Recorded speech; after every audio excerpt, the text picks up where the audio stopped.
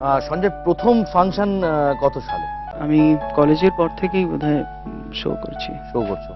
অনেক অনুষ্ঠানে আমাদের সঞ্জয় সাহেব দেখা হয়। মাচার বাইরে আর কি করছো বন্ধু? আর তার ছাড়া আর কি পরিকল্পনা তোমার? আর নতুন চেষ্টা করছি যেগুলো, সেটা হচ্ছে প্রাইভেট কিছু অ্যালবাম করছি।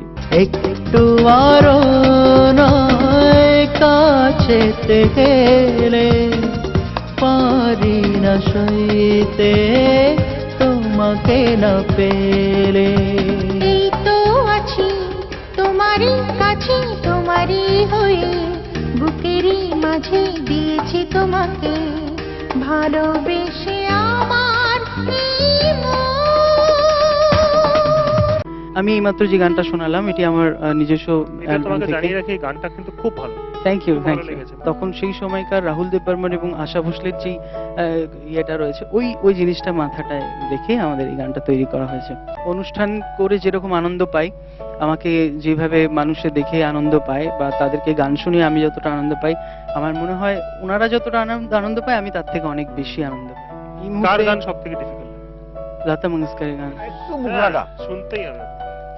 ईश्वर सत्य है, सत्य ही शिव है, शिव ही सुंदर है। जाओ उठ कर देखो जीवन जागर रे। सत्यं शिवं सुंदरं, सत्यं शिवं सुंदरं, सुंदरं आ आ सत्यं शिवं सुंदरं।